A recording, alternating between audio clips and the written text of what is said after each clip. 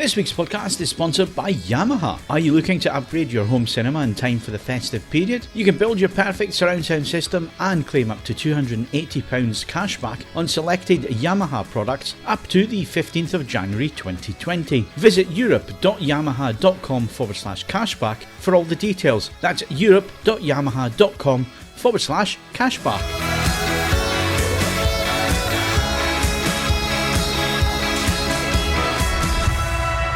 Hello and welcome to the AVForums podcast for Monday the 16th of December 2019, and joining me on this edition, Steve Withers. It's me, Snakes. I've got the stuff. Kaz Harlow is joining us a little bit later.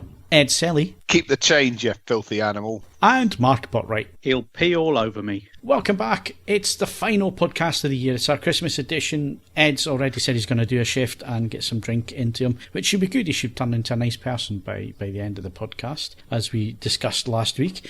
So what are we going to do this week? Well, once we get competitions out of the way and find out what everybody's been doing, like making soups and so on. I only know that because it keeps popping up in my thread. Why do your soups always look the same, Ed? Well, they're all blended. Or they're almost all blended. There's also the thing, if I suddenly presented a blue soup, that would be, well, it'd be weird. You know, get the beat machine out early on this one. There's a finite limit of palette to what you can, colour palette to what you can do with normally a root vegetable base. Right. You still eschewing the sweet potato? I did butternut squash today, Mark. Oh, that's good. You're on the way there.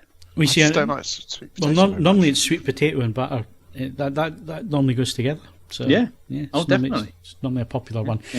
Yeah. So anyway, once we get that out of the way, once we get competitions out of the way, we're going to discuss the best of 2019. We're also going to discuss CES, what we can expect to see in terms of TVs and so on. And it's basically we're going to guess because nobody's told us yet. Yeah, I was going to say that's pure speculation. Yeah, it's just going to be 30 minutes of speculation, but it'll be good quality speculation. 30 minutes, that's pushing it. Well, we need to fill up sometime anyway. I've no doubt we're going to talk about Star Wars at some point, and then we've got the best films, the best discs. That'll be pure speculation. The best. I don't know. I think I've seen the whole film now with all the clips that have been launched this week and TV spots and everything. So to quote a certain film, I have a bad feeling about this. Yes, absolutely. But we're going to come on to that a bit later. So yes, and we'll be finishing with our Christmas message, which I hope you can. Which I hope somebody's written in advance, and because I haven't had time. Our Christmas messages don't get caught. Evergreen. Okay, right. So So what we've been up to, Mark? Why do you assume I've been doing anything? Well, you're normally doing house stuff. Well, you don't do any work, so you've got to do something. Skirting board update. No, nothing there. I started stripping back a table. Well, actually, I started that. It was still summer then, actually. I'd stripped it back, I'd waxed it, but I wasn't happy with it. So I've resanded it all over, and now I've re-waxed it, and I am happy with it. So it's a table. It's just sitting against the wall without any legs on at the moment. But, with a half-completed bike and a half-finished shed. Yeah. Well, I've had other things, sorting Christmas presents out. My sister told me that my nephew wants like a little snooker table, a little child's pool table thing. And so she bought him one just second hand and said, oh, by the way, all the pockets are broken. So, as usual, you go, you get out your supply of leather that you have just lying around the house. Just in case. And I've handcrafted and saddle stitched this top grain leather pockets. It looks glorious. What is on, a £10 table. But, did your hat making stuff come back to help you with things like that? Oh yes, it did. But I had to buy the proper, waxed thread for that as well. So I'm out by about 20 quid on this, but still. And the balls still fit into the pockets. Oh yes, no, I did as with all things, I do a healthy ball check. We walked into that. Well, I'm delighted. I mean, I have to warn you, as the parent of a small child, they don't notice stuff like this, Mark. It's a heroic gesture done for absolutely no purpose other than to stop balls escaping. I fully accept that, but it's going to be one of those things a little bit like kind of was it Lord Business in the Lego movie? You don't get to play with it. Fair enough. Well, congratulations. I hope that his excitement on the big day is palpable. I'm fairly sure. I'm hoping that it's not going to be one of those things that like a child asks for at some point halfway through the year, and you keep it secret, and then on Christmas Day they open it and go, "Did I ask for this?" Yes. Don't buy presents too early for You children. have to do that thing we all learn as we grow up, which is to fake joy at a crap present. Or fake surprise at a present you've been playing with for 2 weeks because you've already found it in the cupboard.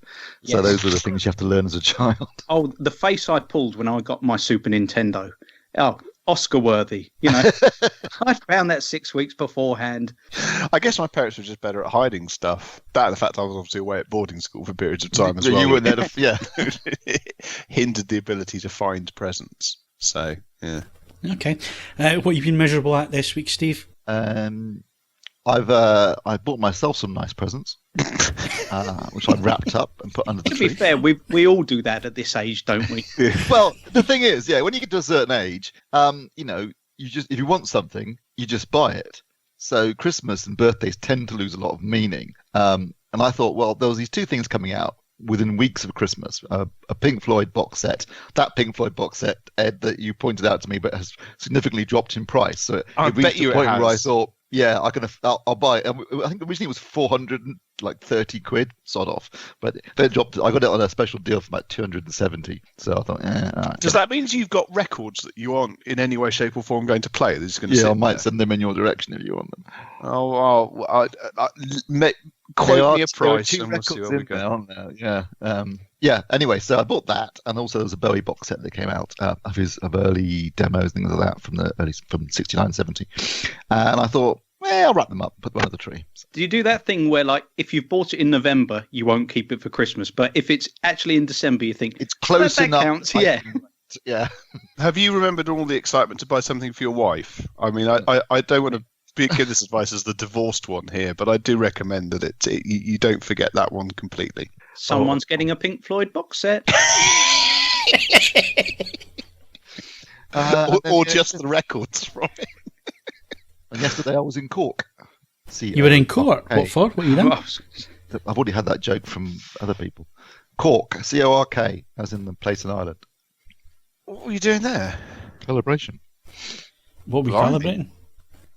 As it turns out, in the end, a C8, a C9, and an X7900, plus setting up the Yamaha amplifier. In other words, they thought, well, if we got the little bastard coming all the way over, we're going to get our money's worth out of Yeah, it. quite. I've got to say, just as well, I did more than one LG because the C9 was ludicrously accurate out of the box. It was like average 1.5 delta E's. I mean, it was like, oh dear.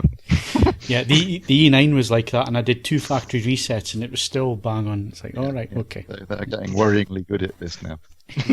So do you have to kind of stall for time? Yeah, were you staring unemployment in the face? Basically, just get it to like 0.1 delta E's, even though you know full well you can't see a difference.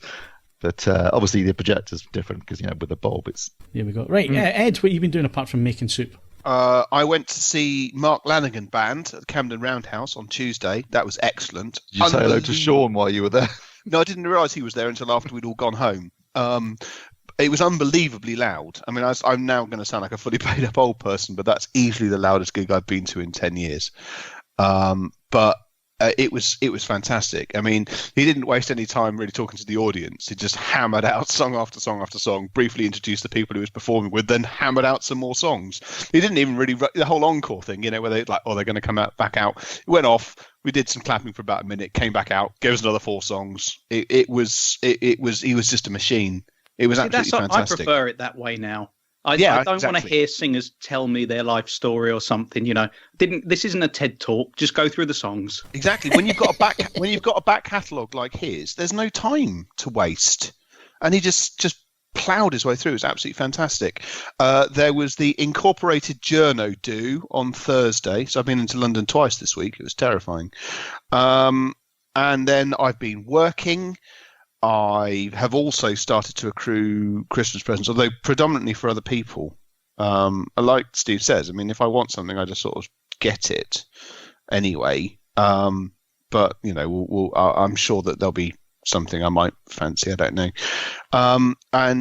Today I've been working. I haven't even had time to clean the house. It's been working and making soup. So house cleaning will have to be tomorrow morning because it's Monday morning. It's depressing. I might as well roll my sleeves up and clean the house. So, yeah, all good. Yeah, it sounds like you've had a bit as exciting a week as I have, which has been basically working. But I've been working to the aim of, if I get it done, I'm going to have 2 weeks off. So yeah, I've been cracking through the TVs and videos, and I don't even know. I had to check what day of the week it was today. Well, there's that. I mean, I'm not taking the time off, as I said to you. I will be on a slightly different schedule, so to speak. But one of the advantages of people determined to take time off at this time of year for freelancers is like those of us who are just cynical, sad bastards keep pushing through, and we just take all your work. So hoping for a nice solid December to round off the year. So that was all good. Oh, and I suppose, did anyone else sit up and watch some election coverage? No, I knew which way that was going. I told Steve about 3 weeks ago what way that was going. 10 o'clock, just saw the exit poll and thought, that's done. Then went to bed.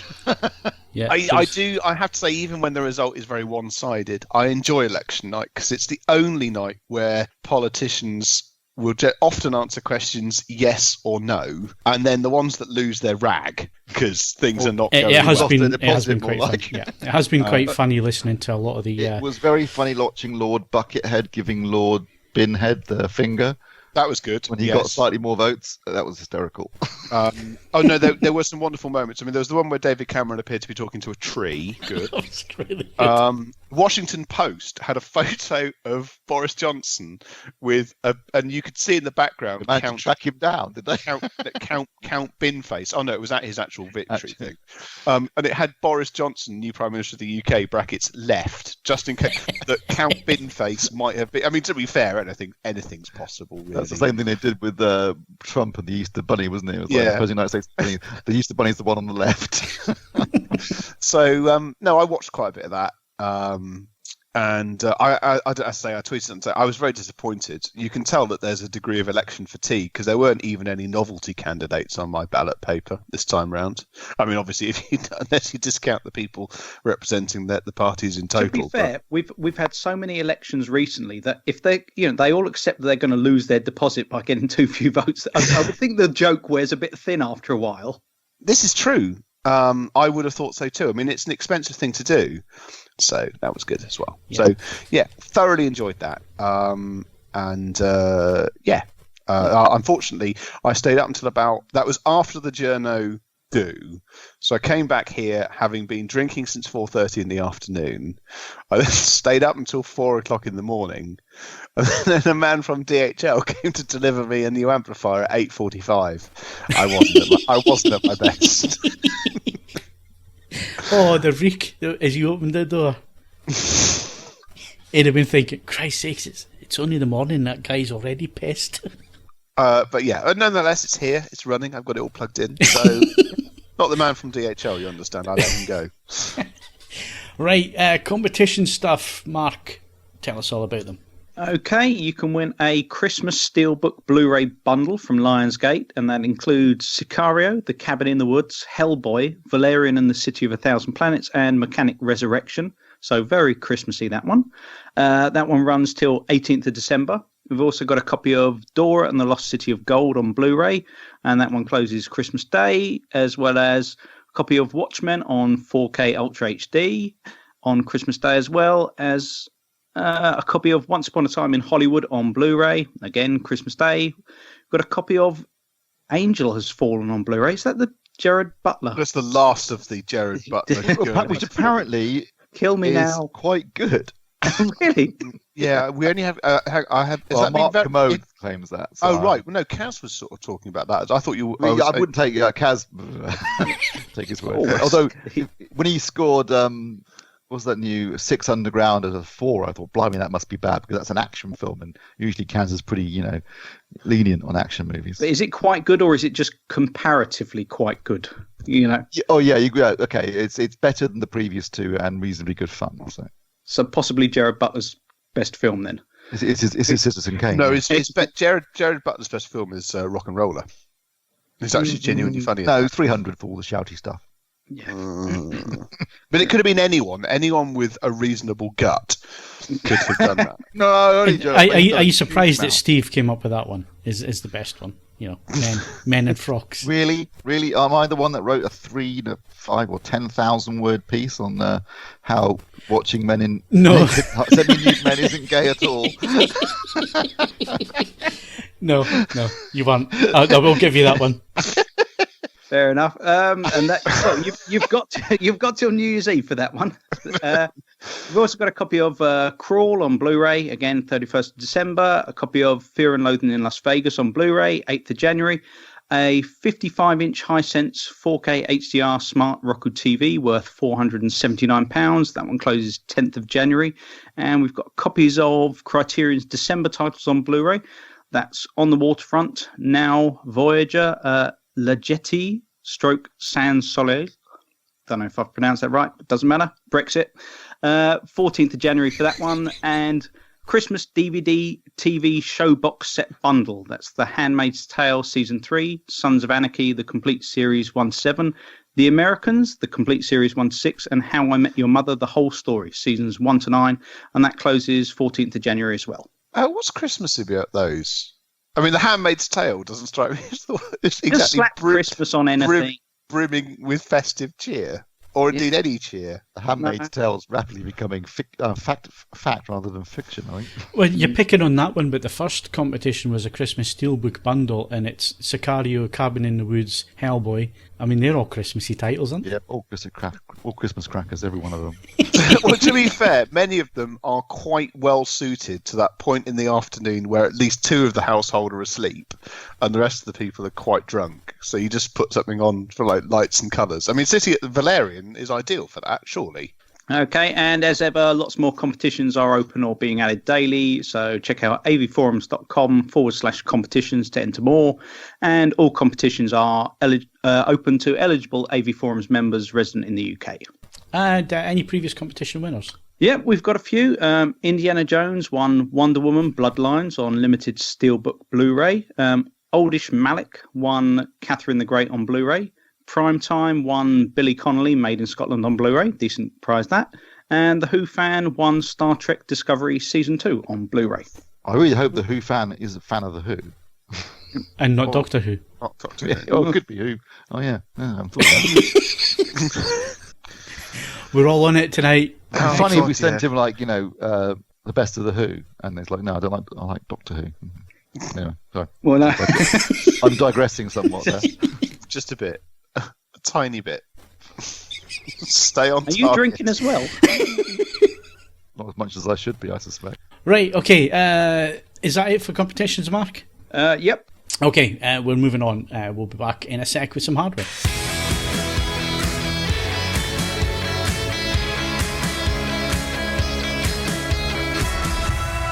Right, okay, hardware stuff, CES, what to expect? Well, new stuff.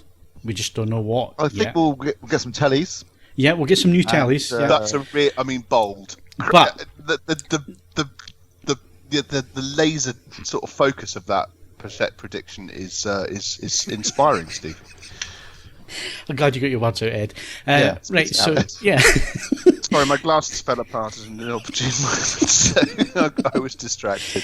So yeah, new TVs, nothing revolutionary. I'm going to stick my neck on the line and say nothing revolutionary. Now, when you say that, do you think also that because the last time I was there, Sony did that 2 billion nit prototype. Oh, there'll be vaporware. There'll be vaporware. Yeah. So you think that someone will bring something interesting in vaporware format, but not in a production? Yes, they have to, because they have to say, "Oh, look at our nice shiny," and quite a few of them don't actually talk about what they're bringing out for the year.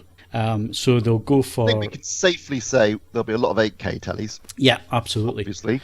Absolutely. As far as OLED goes, at best. There'll More be some brightness. very minor incremental improvements, but I'm of the personal opinion OLED has essentially reached its peak in terms of performance now, and so the more likely avenue is with the new printing method that LG have got, that they'll be looking to move OLED further down the range and away. So it could be a sub 50-inch.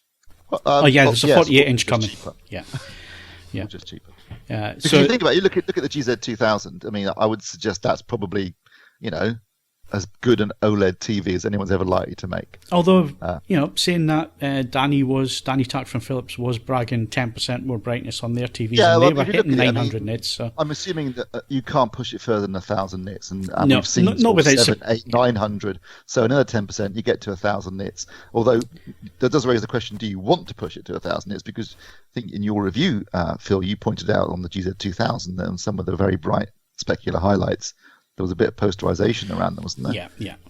Which may be caused by driving that panel just a little bit too hard. Yeah, but I guess what the interesting thing is with the GZ2000 is the fact that a lot of the R&D went into the cooling of the panel, which is important.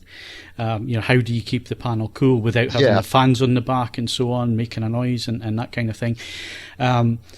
And that's the interesting part of the GZ2000. So is that as far as they can take it, or are we going to see... Without sticking a fridge on the back of it. Exactly. Or are we going to see a bit more of that? I mean, you're going to see a lot more dual LCD technology. You're definitely going to see more of that. That could be very interesting. The demos I've seen of that have looked really impressive. Yeah, they have. And obviously that's what Panasonic was pushing at IFA with their MegaCon and so on. So you're going to see, definitely going to see... That's going to become the new professional option, isn't it? Because now the OLEDs aren't being made anymore. The professional monitors, like the one that you had when you were doing the GZ2000 review, that's no longer made by Sony, I believe, although the panel was made by Panasonic anyway.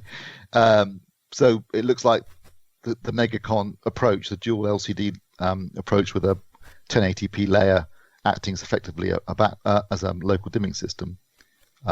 That's going to be the new technology of choice for the professional monitor market.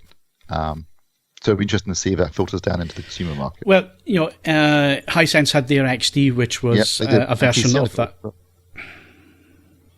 Yeah, so we might see something a bit more along the consumer lines from Hisense. TCL as well, like you say. TCL's also pushing micro LED. Pushing mini LED. Yeah, mini LED. So that's lots of zones. Lots of zones, and thousands of zones. So it's going to be interesting to see how that works. Funnily enough, they're all pushing towards what OLED already does, which is 8.3 million independent pixels. They're trying thousands now. Micro LED, we're going to see it again. We've seen it for the last 2 years. Are we going to see a product? Maybe, maybe not. Who knows? Like I say, these manufacturers, they need to have a big story to get the press interested at CES. A lot of manufacturers don't give you the model numbers at CES or what they're actually going to bring out. They just give you an idea of the technology. So expect to see more AI. Loads more AI. Expect to see all over the shop. Yeah, expect to see lots of 8K, like Steve's already said. 8K is the big thing. Expect to see lots of ranges that start with 8K TVs this year. See 8K from people that you wouldn't necessarily think we're going to launch an 8K TV. I think there might be a few surprises there, just because I think if you don't have one this year, or you don't have a concept this year, you're going to be left behind a little bit at CES. So I expect to see a bit more of that. It's going to be interesting to see what the marketing angles are, and basically that's what CES is. CES is a marketing show. It's where you get shown the roadmap for the year ahead. All the interesting stuff is behind closed doors. If it's behind closed doors, it's NDA'd. I already know that Steve's NDA'd up to his eyeballs at the minute with stuff he's already seen that's coming out that we can't talk about. That's not very far. So, yeah, you're right. It's not that high. But again, we'll see this stuff. Some of it we can talk about, some of it we can't talk about. But in general, there will be the concepts. There will be the headline grabbers. There's already the holographic TV, which I think I'm booked in to see on the Tuesday, which looks like an interesting step on from 3D. Again, vaporware. It's probably going to be more useful for medical installations and stuff like that. But again, expect to see that kind of stuff. If it's TVs that you want to buy next year and you want to know what's coming, you're not going to get very much out of CES, I don't think, this year. And it's been the same for the last few years, Steve, hasn't it? Where you'll get told about technologies that are coming at CES, but it's going to be around about April or May before we get solid model numbers and solid releases for these TVs. And again, there's going to be nothing revolutionary. So In terms of Samsung, LG, Panasonic, Philips don't do CES, but they'll have their event 2 weeks after CES. It's going to be, and Sony, it's going to be an evolution of the product lines. So whatever number they're on now, it's the next number up. Yeah, I guess we could maybe expect to see more HDMI 2.1 because I believe only LG have embraced that. Outside of it, apart from 8K TVs, on 4K TVs, only LG have really embraced that so far. So expect to see more of that, more support for things like EARC. As you said, Phil, more AI, tweaks on the smart platform, some new sound features maybe. But yeah, it's all going to be iterative. Nothing's going to be revolutionary, I don't think. No. But we are going to see this technology where it is at the moment. So stuff like Samsung's The Wall, you'll see that it probably the next thing along the line from there. LG, I expect LG to have a 65-inch 8K OLED because I saw it last year on the LG display stand. And it was in our video last year from the LG display stand that exists. So I would be surprised if LG don't have that in their lineup. I'll also be surprised if Philips and maybe Panasonic also have that in the lineup rather than the big 77-inch and big 88-inch screens, which again will be 8K in terms of OLED. That's where OLED's going. As Steve's alluded to, there's not a hell of a lot that they can do other than going back and redesigning the technology, which they're not going to do at this point. It's now about mass production, getting pricing down, getting screen sizes down, so we will see 48-inch. That will happen. Yeah, I think it's more likely to see them go for smaller screen sizes. Yeah. And bigger screen sizes because it looks like making really big OLEDs is quite expensive. It is, but those are going to be what I was saying there. Those are going to be the big ticket items this year. Yeah. And the 65-inch 8K, it was there last year. I see no reason why that will not be a consumer model this year from a number of manufacturers moving forward. The thing that interests me is what Panasonic are going to do. Panasonic pushed it last year. I'd like to see them push it a bit more. I'd also like to see Sony do something different because all Sony did last year was basically rebadge their existing TVs from the 8 to the 9. When you say last year, you mean this year? Yeah, I mean this year going. So you know what I mean. So from the 8 to the 9, there was no great upgrades. In fact, the sound system lost a speaker. So it went from a 3-speaker to a 2-speaker on the screen. So it'd be nice to see Sony do something.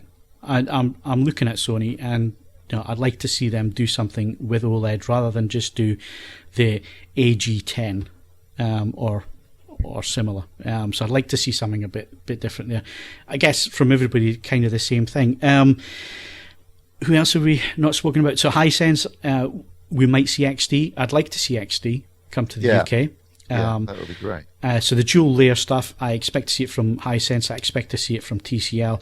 There might be a couple of other Chinese manufacturers like Skyworth, and there's a few others that are usually at the show, not UK brands, but are not selling into the UK just yet. But it's interesting to see where they go because they are major Chinese manufacturers. And that's the next big push, I think, is going to be dual LCD because in terms of cost, there's so many LCD panels out there. It makes sense for them to utilise that and push that technology. So it'll be interesting to see if that makes the jump to consumer from professional. Like Steve says, that the next generation of professional monitors are based on that. Trying to think what else there might be. 360 sound. I think we're going to see a bit more of that, Ed. Mm-hmm. Yeah. Well, I mean, obviously, it's. Obviously, the general public has only sort of pointed out they don't want surround music 6 or 7 times now. So, 9th time's a charm. So we'll see how we go with that. I'm sorry, I shouldn't be so witheringly cynical. I really shouldn't. It's a curse, I tell you. It does seem to be the advantage. Let's be positive for a moment. The advantage of doing this via streaming services is that you avoid the zero library inertia that has done in for everything from quadraphonic onwards, where you're loath to spend out on large amounts of hardware when you've only got Dark Side of the Moon and Brothers in Arms to play on it.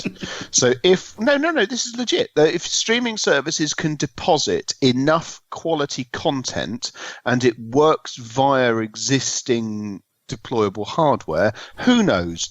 This time it might be different. I was having a bit of giggle there, but I was also lucky enough to have the behind closed doors demo earlier this year at CES, where they put a microphone into your ear to measure your ear response, and then they tailored the headphones to how your ear canal works and so on, and then played us the audio from speakers, and then we put the headphones on and they played us the same audio.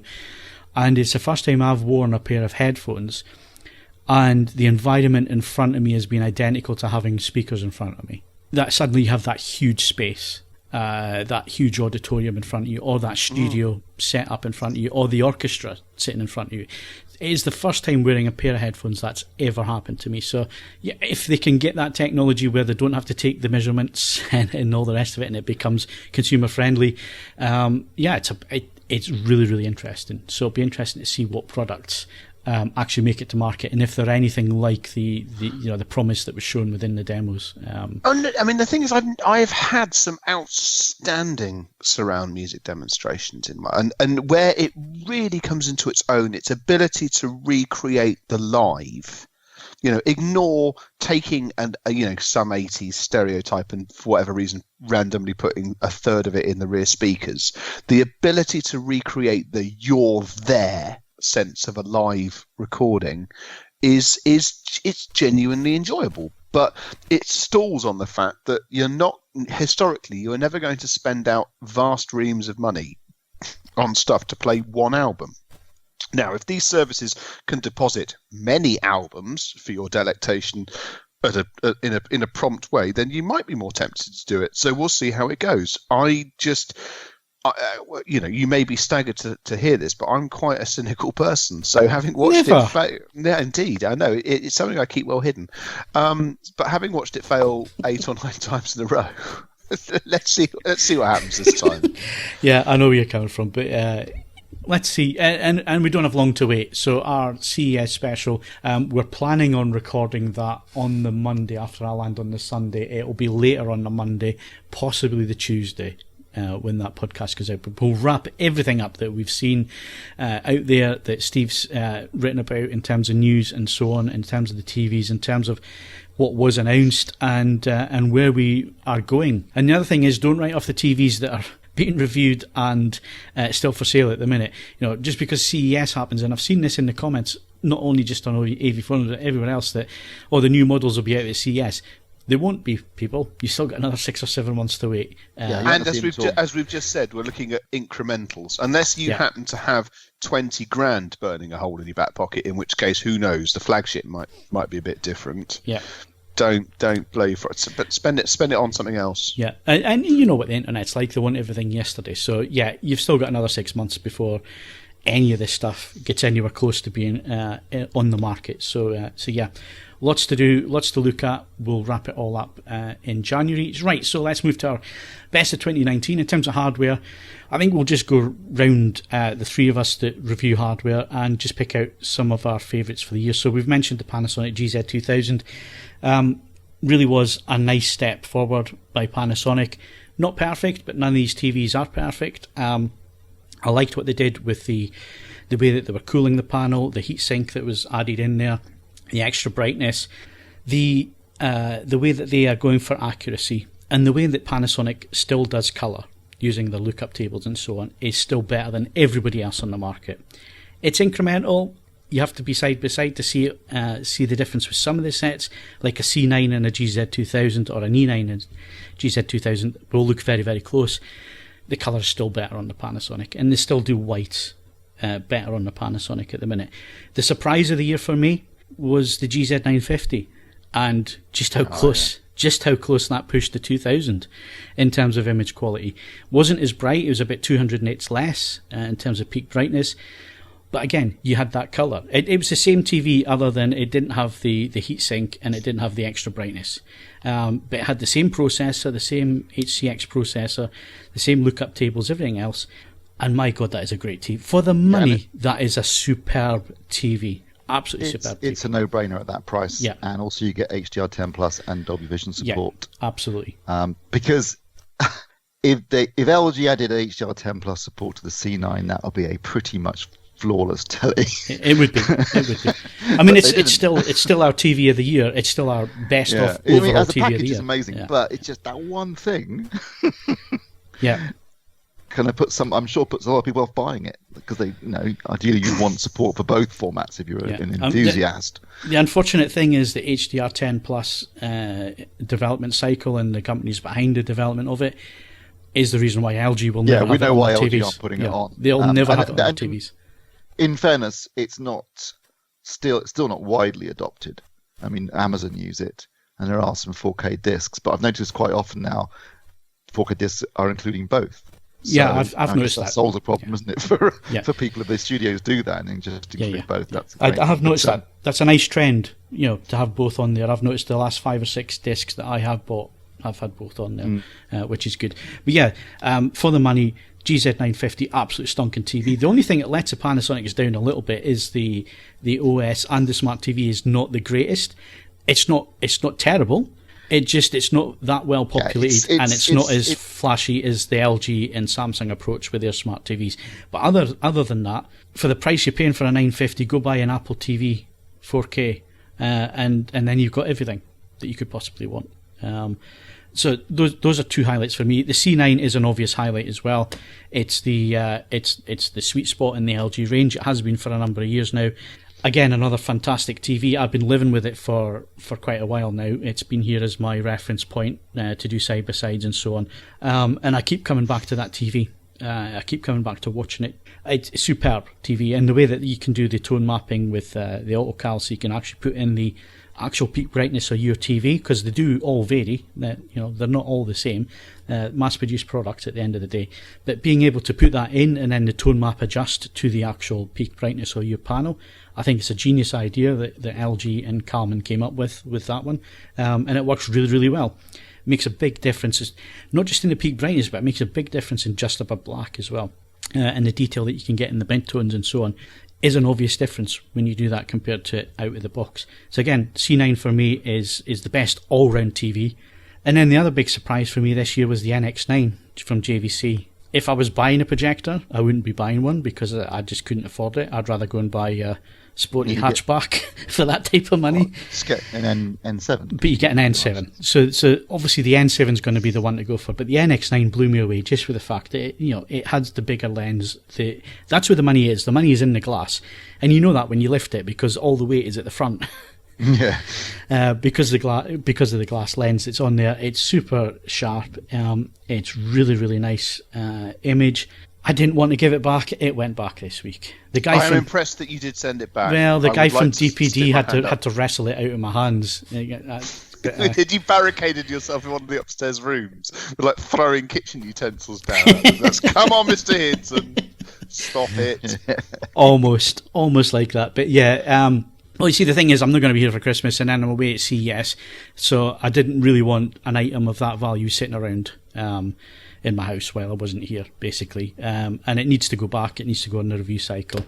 Who knows? I might see it later on next year. It might come back to me at some point to do some bits and pieces with. But yeah, that really, really surprised me. I didn't think there'd be that big a jump in image quality. Thing is, I've gone back to the X7900, and that is still an absolute stonking projector. It might be a 1080 projector doing E-shift to 4K, but my God, the dynamic range and the blacks. And so, don't feel you're losing out with a X7900 or an X7500 from a year or so ago, a couple of years ago now, or the N7. They're all absolutely stonking machines. But the native N series, and I'm going to see the N5 when I get back from CES. Looking forward to seeing that. So those are my picks, Steve. I'll add the N7. Obviously, I actually bought one, which arrived at the end of January this year. So I've absolutely loved that projector, and it will definitely be my projector of choice. Although I will admit it's not cheap at £8.5 but I think if you're looking for the best, reasonably priced, and because I've compared to say the NX9, reasonably priced 4K native 4K projector, and then the N7 or maybe the N5. If I'm not too fussed about the wider color gamut. TV wise, I think I'd like to mention I just, I think moving away from OLED for a second, I've been really impressed with what Samsung have been able to do with LCD over the last couple of years, because I think a lot of us would have written it off as a technology 5 years ago, 4 or 5 years ago, when OLED started to break on the scene. But they've taken it and have started to deliver LCD televisions that, in terms of black levels and viewing angles, approach OLED. And I didn't think that was even possible. And certainly the Q90 and the Q950 this year have been genuinely impressive TVs with comprehensive smart platforms, every feature you could possibly imagine apart from Dolby Vision and Dolby Atmos, and obviously the kind of improved black levels and viewing angles, plus also of course being much brighter in terms of HDR. So I've been quite impressed with those TVs. So I definitely say the Q950 would be a TV worth mentioning in my book. Plus of course it's 8K. Although I've seen every TV from Samsung this year apart from the 950. Yeah, you have, haven't you? Yeah. And I'll agree with you. Even in the lower reaches, what they've been doing with local dimming now, the Q60 is the edge light. I'm going to write that one off. It's a gaming TV for your bedroom. That one. Yeah, it is. But from the 80, 85, and 90, the 70 is an excellent TV if you want on a budget and you want decent films and gaming. But the 80, 85 and 90, really, really good TVs. 80 is a little bit disappointing because it's only got 50 zones. The 85 has 100 zones and the 90 has 480. Actually, you wouldn't notice that big a difference between the 85 and the 80. And they are really quite surprising. The only thing is that now and again, the local dimming is a bit aggressive, but it has to be for it to work. So if you don't have the aggressive dimming, you don't actually get the benefits. So it's so infrequent that you notice it that I don't see it as an issue. And I see people mention it on YouTube and so on. It's not that big an issue. How many times do you watch that gravity scene? Which I think they've actually managed to nail now anyway. But how many times are you actually going to sit and watch that, or sit and watch slides that maybe show up a little bit of inconsistent uniformity or so on? I think you can do too much pixel peeping when sometimes just sitting back and actually watching what a TV can do. And the Samsungs, I'm going to agree with you, they are impressive with what they do from the 70 upwards in the range. Absolutely. Yeah. Otherwise, soundbar wise, Samsung again, I really like the HWQ90 because it's the only soundbar option where it's got wireless rear speakers with up-to-fine drivers, so you can genuinely have a 7.1.4 experience. All the others are basically everything's at the front of the room. Although if you want a single soundbar to deliver an immersive experience from the front of the room, then it's not cheap. But the Sennheiser Ambio, really impressive piece of kit. It's not, like I say, it's not cheap, but the money's in there. The drivers, the engineering that goes into that soundbar, and the sheer size of it. You can see where the money's gone. So that's certainly worth considering. You've got the budget, and B, you want something that's a single box solution. And then for sheer bang for buck, and the Polk command bar, just staggering what they've managed to cram into that for 200 quid. And then speaker packages, should I say? I really like the Definitive Technology BP9000 series, just because I really like the way that they've thought about everything in terms of the design, the way you can slot in the. You just like the fact it had all the subwoofers, all of them, well, everywhere. That too. Subs everywhere. Slot the upward fire modules in the top. I mean, it was just really joined up thinking that delivered something that I thought looked lovely, sounded fantastic, and just was really clever. And sub-wise, just for sheer bang for buck, the BK Electronics P12 300 SB PR. It needs a snappier name, but for 450 quid, you will not get better. And in fact, for double that money, it would hold its own. So, that's an awesome sub. Okay, good stuff. So let's come on to Ed. Ed, your products of the year? Obviously, the one that I declared as my product of the year, NAD M10. Still in terms of design, performance, functionality, flexibility, and just how well it had been implemented across all of those areas. Am I going to use the word? Yes, landmark product. It upped the game of what I thought to be as good as that category could be at the time, and it's got better than that. So it's a phenomenal thing. Then two opposite ends of the pricing structure, shall we say. First of all, at the spendy end, although compared to you and your JVC projector, Phil, I mean, these are bargains. You'd have to have quite a tired hot hatch for these. The Focal Cantor number 1, I'm still using them. They're still here.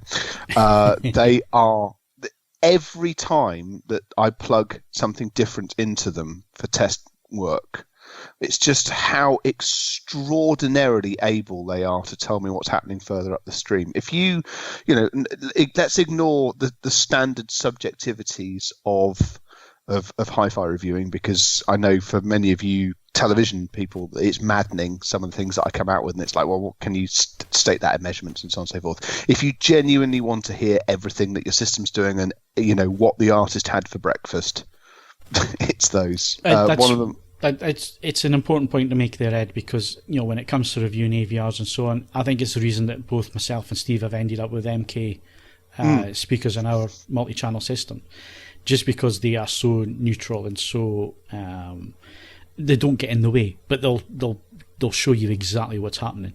Yeah, I mean, don't get me wrong. There's a pair of speakers in at the moment. They're nothing to write home about aesthetically, but in terms of joy, if joy was a measurable construct, these things have got it. It's a solid 48 out of 10 for joy.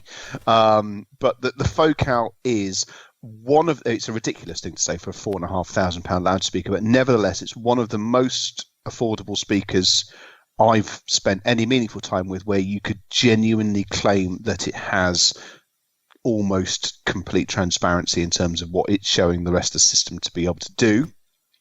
But then a much more terrestrial price point, I keep banging on about this, Amazon Music HD. It's not perfect. It still needs some tweaks. It still needs some work. And I completely understand if you have reservations about the company itself and would rather spend your money with a rival. That's absolutely fine.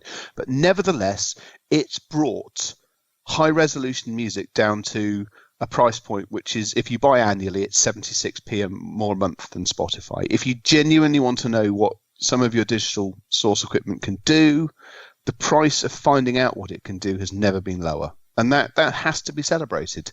It's not just about the expensive stuff, as we know. It's the ability to show off. It's about, show off is the wrong word. It's the ability to exploit and extract the maximum performance from equipment. Now, for AV, for many years, that's been quite easy. There's always been mass market access to the highest echelons of performance at any given time. If we ignore the fact that 8K remains a bit niche, you can pretty much fully extract the maximum of what your 4K HDR TV can do. For years and years and years, we've had stereo equipment that had the ability to actually get near what it was notionally capable of doing was extremely expensive and extremely difficult. This is the democratization of that, and it's not to be understated. It's really important. Okay, so that's our favourite products. Anything else we want to raise from what we've been doing, trips, events, technologies? I'd like to mention the Dolby event that Philips put on. It's always good to meet up with AVForums members. I thoroughly enjoyed meeting up with familiar faces and also some new faces there. It's always good to get in one place and to discuss what we discuss on a daily basis, some of us, and seeing the facilities there. That was fantastic, and I know that the members really enjoyed that.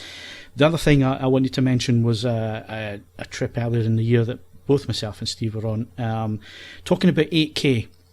And I've never really bought into the 8K message, and I'm still sitting on the fence a little bit in terms of the 8K message. But we went to the 8K Summit, Steve, and I love going to events where I actually learn things, because you'll never know everything about a subject, and I'm always of that view. I always know that I will learn something new every single day when it comes to our hobby and so on. And it was full of fascinating information and opinions as to why we need 8K and so on. And I came away from that conference still sitting on the fence, but interested to see where the technology takes us in the next year. And that was a really interesting conference that we were at there. So for me, those are two highlights from events that I've been to. Sorry if I'm forgetting anything else. It's been a long year, but those two things really stand out. Steve? Yeah, I'll agree with you on the 8K Summit. I think it opened my eyes to a couple of areas, because obviously when you think about 8K, the obvious question is, where's the content coming from, and how do you deliver it? And what was interesting was certainly that the new codecs that are coming are going to be incredibly efficient and will make it much easier to deliver 8K over the internet, which I think is going to be key. There's obviously the possible potential impact of gaming, and how Hollywood does use 8K a lot, although not necessarily at the delivery end, but in terms of the creative end, by using 8K as a capture, they now have more to work with. And what was fascinating was seeing how much of a single shot can be. It was a clip from Mindhunter, and it was just a guy walking along.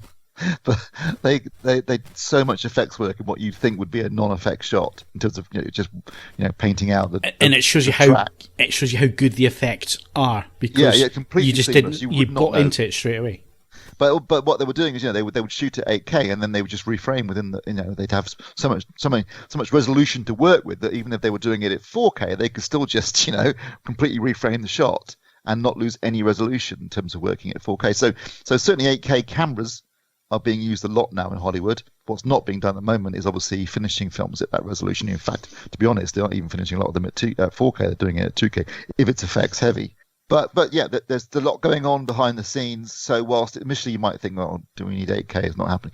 Certainly as a broadcast format in this country and the US and Europe, ain't going to happen.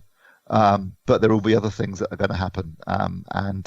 You have phones that this year that are going to be capable of, next year, that will be capable of shooting in 8K. So there'll be a lot of 8K content knocking around, even if it's self-produced 8K content.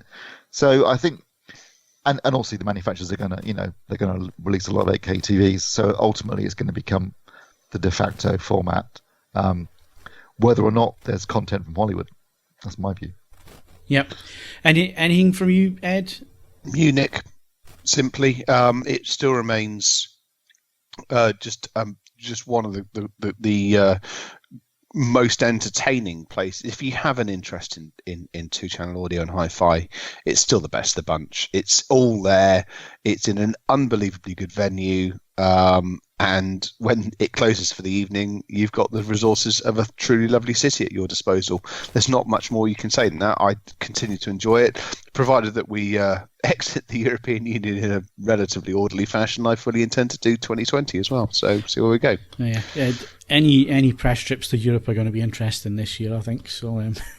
Well, let's see. Let's not get weighed down in that. Let's hope that's in idiots we trust. So there we go. Right, before we wrap up this section, let's go to Mark. Mark, from a gaming perspective, I know you don't follow gaming week in, week out, and you're not reporting on it, and you're not reviewing it professionally. But as a gamer, any highlights for you this year in terms of games, hardware, that kind of thing? I mean, it's good to know that we're getting the next generation next year. I mean, we've just had the announcement about the Xbox. The new Xbox will be called the Xbox Series X, which is a fairly terrible name. It's taken them a long time to come up with that one. Sony has got this naming thing that wrapped up a little more tightly than Microsoft. To be fair to them, though, it might hint at kind of like an ecosystem of machines, kind of scalable gaming, that kind of thing. So maybe, I'll give them a pass on that. The design of it, though, I guess I was kind of spoiled as a child when consoles looked very distinctive. And I can still remember seeing the first picture of the N64 and going to get the magazine and seeing it and thinking, wow, it was kind of full of curves and everything. It was a sexy looking console. And they've shown it, and it's a box. It's a black box. It looks pig ugly. It's just a black box. Yeah. It's so much reminded me of that quote from This Is Spinal Tap when Nigel Tufnell says, "How much more black could it be?" The answer is none. None more black. How much more black boxy could this thing be? None. No. Wait. Hang on a second. 2019 was also the year that we were treated to the existence of Vanta Black. Everyone making black boxes now has the ground zero, the event horizon of black, where it just sits on your rack absorbing light. Yeah, and I'll be disappointed if someone doesn't go for it. The Paradigm Persona series of speakers in Vanta Black are, hellishly expensive, but my God, they're saucy. And extremely black. Yeah, I mean, they're basically they absorb light like a black hole, and gravity. Well, partly because of their sheer mass, gravity can no longer escape them. Sorry, we got Yeah, distracted. so that's gaming. I mean, on hardware, I could talk about my lovely new Makita circular saw. I personally find the DHS 710ZJ 190mm 36 volt twin battery. It's perfectly weighted. That's Okay. good to know. I have to say, my admiration for Makita is the fact they sell a digital radio, Yep. which is incredibly expensive, and fundamentally, internally, it's the same as quite a well-known brand of digital radio, which costs an awful lot less. And all they've done is put it in a weatherproof plastic box and up the price by about, literally without exaggeration, 6.5 times. And I admire that. I think that's the sort of go-getting attitude that could see them well in high-end audio. So who knows? And yet it will still be cheaper than the DeVault option. But, there's that. That's basically Makita's kind of brand line, which is, have a little look at these two things. We've got the cheaper version. Are you suggesting that a snap-on digital radio could actually cost more than the gross domestic product of some small countries? Put it in the right shock-proof case. And as long as it's deliverable on the special vans as well. Oh, yes. That's very important. Imperative. Sorry, we got distracted again. Okay, that's fine. We'll take a break at this point and we'll be back with our movies of the year.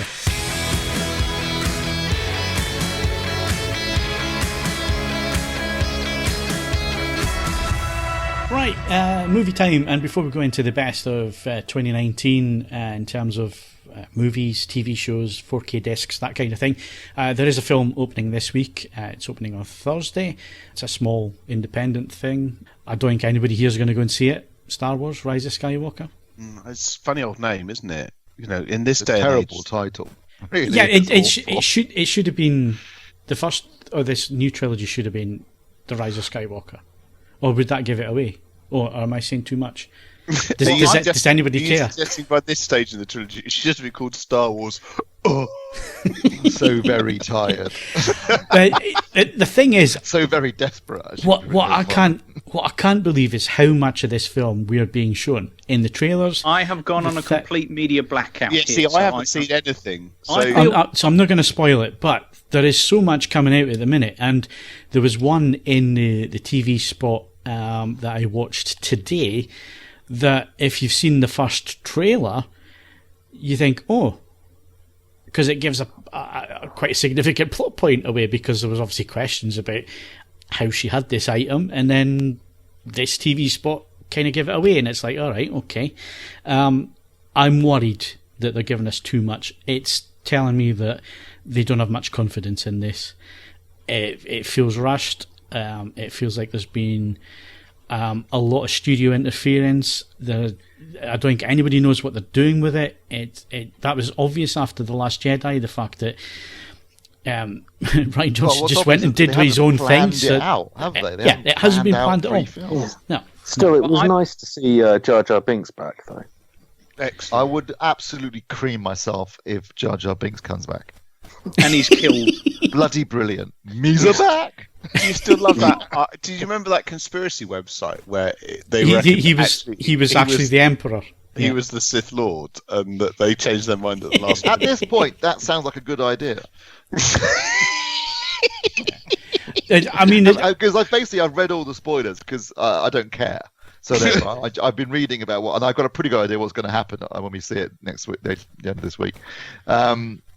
And I can tell you right now, I mean, that sounds like a much better idea than what they are doing. Can you imagine? Just let's take one moment here, because I'm now well into a number. I think it's going to take longer than a moment. Well, no, but can you imagine? Is there any other franchise where we're sitting here being witheringly cynical, utterly unimpressed, and like going, "What on earth is going on?" And still lapping it up. Still going to see it.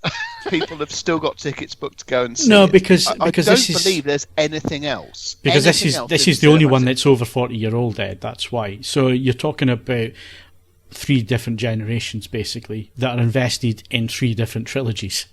And those that were there for the first absolutely hate the other 2, and then those that were in the middle like 2 and hate the third, and then those that are growing up with this, I probably love all 3 of them. It's just weird. It's very, very strange. And I don't know. I think Bond is the same. I mean, I thought that the last Bond film was horrific. I'll be there. Well, you say that, but I haven't. I used to be quite good at watching Bonds. I still haven't seen Quantum of Solace. I haven't seen Spectre, and I can't miss much. Yeah. Well, yeah, I'm going to say though, that I thought I was not remotely interested in Bond, and then I saw the trailer for the new one, No Time to Die. Without the trailer, I was going to see it. Even with the, but it looked amazing in the trailer, and I immediately bought the 4 Daniel Craig Bonds on 4K disc. That's how he's suggesting there's a buried somewhere in that trailer. I watched Spectre to review the 4K discs, and it was as bad as everything I ever remembered about it. And yes, it's I'll still be there. I'll still be there for No Time to Die, and it directly follows on from the horrific events in Spectre. So I mean, they've got to go somewhere. With the plot but the whole but with the Bonds as well. I mean, what is it? It's over 50 years now, isn't it? With the Bonds, and again, you've had some really good ones, and you've some absolute stinkers throughout that. Sure, yeah, but so I hear what you're saying. If this was a completely different Bond, I definitely, everyone would give it a shot. It isn't. This is the next Bond after Spectre. It's still Craig. It's still that ridiculous storyline. It's still with Blofeld is masterminding the entire universe. He's still got socks this time at least. Maybe he's got socks. Who knows? It's still ridiculous. So, but I'll still be there. So okay. I mean, Ed asked whether there's anything the same. Right, as no, you make a valid. I will make one comment about Star Wars, which is that bizarrely, I am really enjoying The Mandalorian. So, yeah, rub it in because I haven't seen it yet, and I'm gonna wait. Well, you're in for a treat. You're in for a treat. Okay, it's really good. It's everything you want from a Star Wars project. Okay, well, that's interesting because it's a long film. You didn't like it, did you, initially? So I didn't like it. I was just ambivalent initially because I thought, is he going? But it's built, and they've been doing some really. I mean, it's pure fan service at times, but I like a bit of fan service, which is why I really like Rogue One. And there's been some really clever little bits and pieces they've thrown in, I'm really getting into it now. And I think Favreau and Filoni are doing a grand job. So okay. I hope the best hope. I'm just not interested in this. Can we be trilogy. clear? Everything I want from the Star Wars universe would either be an 8-season biopic of Wedge Antilles. Or a fly on the wall in the style of The Office documentary of running the Death Star day to day. Yeah, no, you'll find something similar to or an offshoot of that. Was it Chad Vader? Something like that. Yes, I've seen that. Yes. There's a series like that on YouTube. There's also quite a funny little short film on YouTube called Troops, which is like I've seen that cops jokey thing that's quite funny. And you will be getting Wedges in the new film, so you'll get a bit of Wedge as in Dennis Lawson. Yes. They've chucked everything but the kitchen sink into this. That leaves me terribly worried because he's just the one truest, purest thing from the first 3 films. I mean, the man blew up 2 Death Stars for Christ's sake. He didn't even get a medal. Not even did he get a thimbleful of credit? I relate to that man. He is the freelancer's icon in the Star Wars universe. I think we're also getting some Ewoks too while we're at it. Yeah, no, anybody that's still alive is in this film. That was in anybody who's not even. If you don't have to be alive to be in this film. Carrie Fisher's in it. She's been dead for 2 years. Yeah. Okay. So go see it, people. Rise of Skywalker. We will do our spoiler ripping it to bits review. I'm saying ripping it to bits. I'm preempting it, but we're going to do that. Not the CES podcast. But Carrie Fisher's going to save everything. It's fine. Yeah, she's been dead for 3 years, isn't she? Right. Anyway, that's Star Wars. We touched on Bond, so we don't need to go into that, but there is a new trailer for that. The other trailer I wanted to quickly mention was the trailer for Ghostbusters. And Top Gun. Top Gun, yeah, we know that's coming. but Ghostbusters, it broke last week in terms of the trailer. For a comedy, there wasn't much comedy in the trailer, but I think they did that on purpose to put some really, really bad press on the last one. So they want to create some distance. It is the son of the original director who is writing and directing this, so there is some pedigree behind it. Aykroyd and Murray and Bill Dan Murray, Aykroyd, and they're all in it. They're all in it. Sigourney Weaver, they're all in it. Yeah, so it could be good, it could be disastrous, but what I liked about the trailer was that it was doing it from, it was taking a completely different angle. Somebody at Sony has watched Stranger Things. They have seen. Yes. They've watched it again and again. Yeah. And then hired the kid from it. Frame by frame. Yeah. Which I don't think is a bad thing. You know, if they want to go down that nostalgia thing, as long as they don't overplay it, and like you said earlier on, Steve, fan service. Now, there's things that if you're in a universe, you're going to see items that were in other films because that is the universe you're in.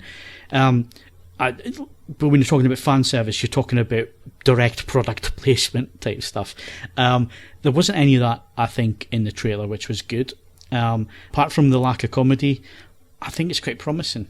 Now, I don't want to build it up, but it could be interesting. That's all I'm going to say. To be honest, maybe if it isn't being, let's face Ghostbusters is as much of its time as anything else. It's was a high performing Saturday Night Live cadre with other well-regarded comedy actors of their moment. Asking them to come back and be as funny now... No, it wouldn't be. They're doing something completely different, which is why I am confident of it. I think this should... Well, I'm hoping it's something interesting. I mean, obviously, the brutal cynic in me, is there such a thing as a trailer spoiler? I don't know. No. If you haven't... Essentially, the idea that someone who's a friend of my father has some experience of products from the Cadillac Motor Company made between, actually until very recently. The idea of leaving any Cadillac of that vintage for more than about 25 minutes in a garage unattended, you'll come back and it just will be a collapsed pile with some lights sticking out the front of it. It won't just be that it won't start; it just won't be there. So that's. I think we're going to allow that. It's a film. Yeah, in a movie about ghosts that are green and slimy. Yeah, I think we can give it that one. But what do we reckon? What do we reckon the pull is here? Is this that the contents of the vault was buried in this field? That's what I think. I think I'm jumping right into spoilers here, but I think that's where. I think it's buried. Everything that they caught back in the 80s is buried in some kind of container, or containment. Underneath the house. That's why it's in the middle of nowhere, and that's why there's these earth tremors. That's just me. Also, I noticed that the mine, the name of the mine, is the name of the guy that designed the building in the original film. So there may be some connection to that. And the town's called Somerville. Jimmy. Right, so there's an interesting Star Wars is coming out, and like I say, we'll discuss that in January, and obviously these are films that we'll all be looking forward to as well in the new year. Now let's do our films of 2019. We're not going to do what's coming out on disc or so on. We will mention streaming because there are some interesting things to discuss there. So let's do that first, actually. So streaming this month, Kaz, what should people be looking out for? Well, streaming, we've just had probably one of the biggest things, which is The Expanse just landed, season 4, which has been outstanding. That's a showstopper for the end of your year. So if you're not into The Expanse, go and get into it. And if you don't get into the first season, stick with it, because the first season's a bit rough. But it's some tremendous hard sci-fi. Some of the best sci-fi on TV. Expanse in 4K on Amazon now. Just landed. What we got to look forward to is, well, depending how they pull it off, an adaptation of the popular game series Witcher, which is starring Henry Cavill. You might know him with or without his moustache. That's coming to Netflix. I think it's in a few days, just Friday. before Christmas. Is it Friday? This Friday? Oh God, yeah, it's Friday.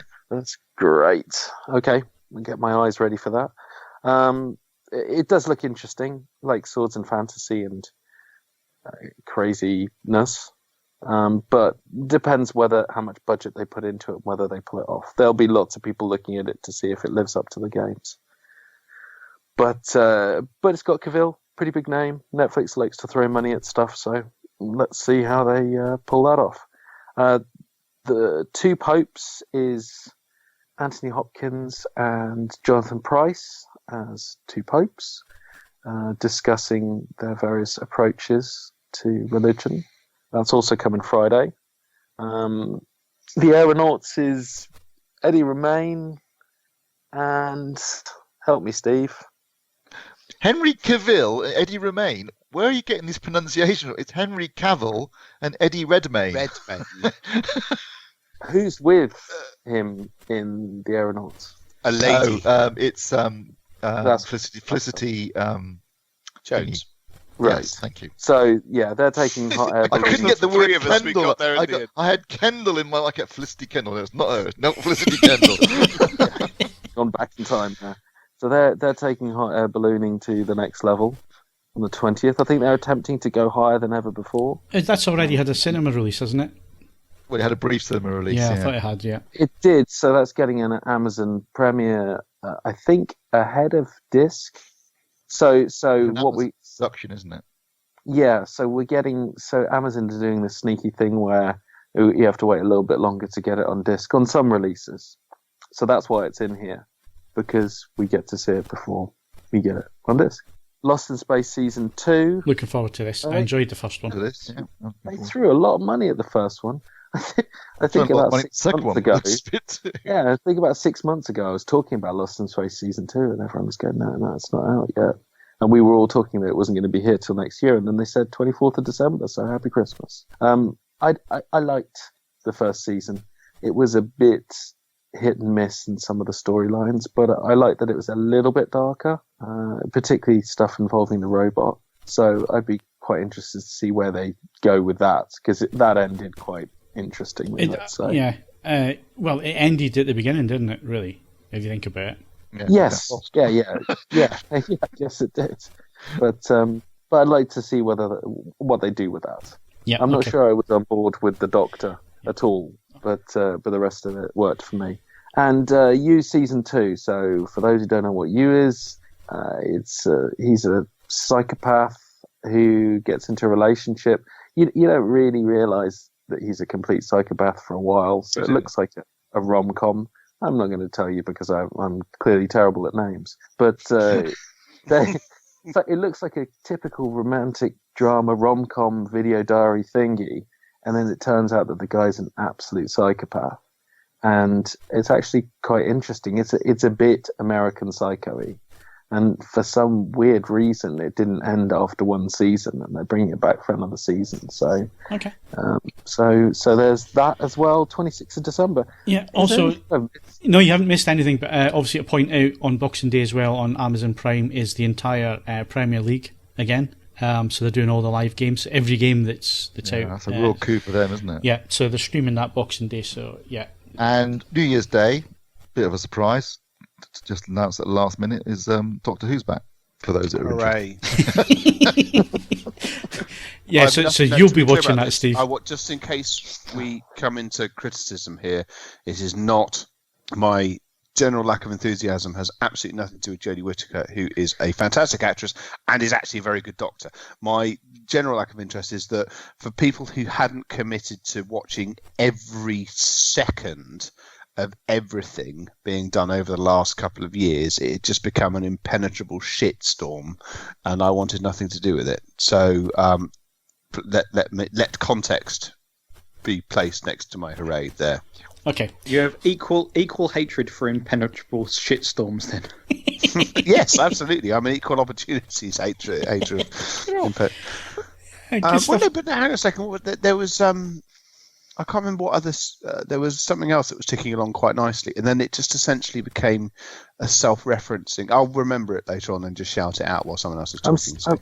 Right, moving on. Let's do our films of 2019. I think the easiest way is to shout them out, and we agree or disagree, and then people can add in anything that we miss that isn't in the main list, because I think most people are going to agree with the same films here. So let's go with Endgame for film movies of the year. It'll be on everybody's list, that one, yeah. Well, it's one of 2 films I saw at the cinema. Okay, well, I'll mention... So you've got a best and worst then, have you, Ed? Right, so yeah, not as strong as the first part, but Endgame, it did the numbers, didn't it? It's become the biggest movie of all time in terms of income and so on. So that'll be on everybody's list. The other one I think will be on everybody's list is Joker. Yeah. Yep. Okay. Maybe not. Mark, Joker. Don't ask me. I've seen less than Ed. All right. Okay. Next one, Le Mans '66. That'd be my film of the year, actually. I thoroughly enjoyed it. I mean, I have to place it as my film of the year because I thought it was better than Endgame, but that's now on a pool of 2 films. But it was, it managed to get, it managed to take a long run time, and I thought it all blitzed through, and I thought it was a good. You didn't have to be an obsessive. It was a human 60s, story. 60s GT car racing to find it a good film. So No. It was a good human story, which we haven't seen for a while, and it was well told and well put together. Other one we're going to mention is Once Upon a Time in Hollywood. I think that'd be my second, and then third Joker. Kaz?